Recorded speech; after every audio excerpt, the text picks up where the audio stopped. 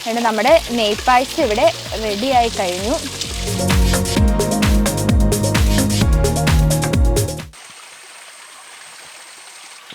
അടുപ്പും പുകയും യൂട്യൂബ് ചാനലിലേക്ക് എല്ലാവർക്കും സ്വാഗതം. നെയ്പായസത്തിന് ആവശ്യമായ ചേരുവകൾ ശർക്കര, ചെമ്പാവ് പച്ചരി, ഏലക്ക. ഇനി നമുക്ക് വേറെ 2 കൂട്ടം കാര്യങ്ങളോട് വേണം, അത് നമുക്ക് അവസാനം പറയാം. ആദ്യം നമുക്ക് വെള്ളം ചൂടാക്കാം.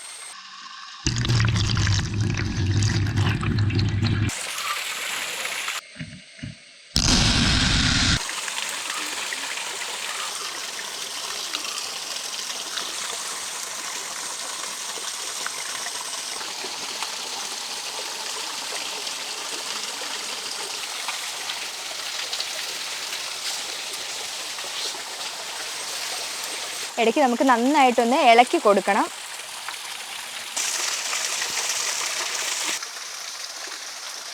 ഇത് നമുക്ക് ഒരുപാട് അങ്ങ് വേവിക്കണ്ട. നമ്മുടെ ചോറ് ഇപ്പോൾ ഇവിടെ പകുതി വെന്തിട്ടുണ്ട്. പകുതി വെന്താൽ മതി. ഇനി നമ്മൾ എടുത്ത് വെച്ച് ശർക്കര പാനിയാക്കി ഇനി അതൊഴിച്ച് ബാക്കി വേവിക്കാം. ഇനി നമുക്ക് ശർക്കര പാനിയാക്കി ഒഴിക്കാം.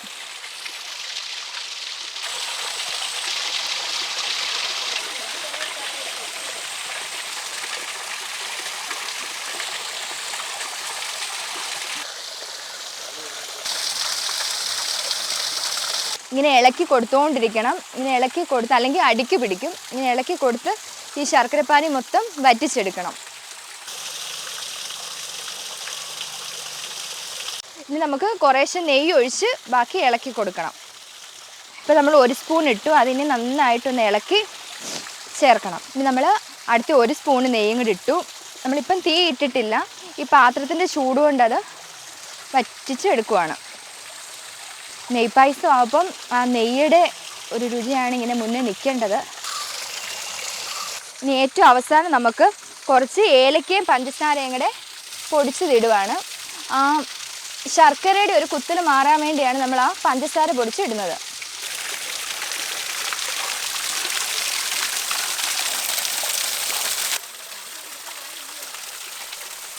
നല്ലതായിട്ട് കുറുകി വന്നിട്ടുണ്ട്. അടിക്കും പിടിച്ചിട്ടില്ല. എന്നിട്ട് നമ്മുടെ നെയ്പായസം ഇവിടെ റെഡിയായി കഴിഞ്ഞു.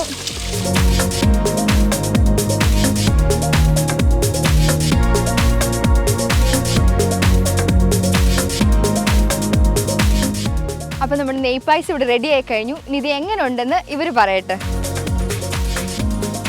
കഴിച്ചിട്ട് എല്ലാവരും എങ്ങനെ ഉണ്ടെന്ന് പറ.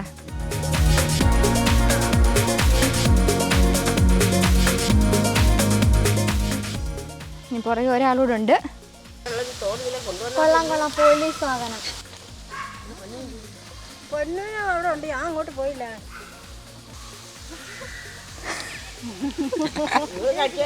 അപ്പം നമ്മുടെ വീഡിയോ എല്ലാവർക്കും ഇഷ്ടമായ ലൈക്ക്, ഷെയർ, സബ്സ്ക്രൈബ്. സൂപ്പർ.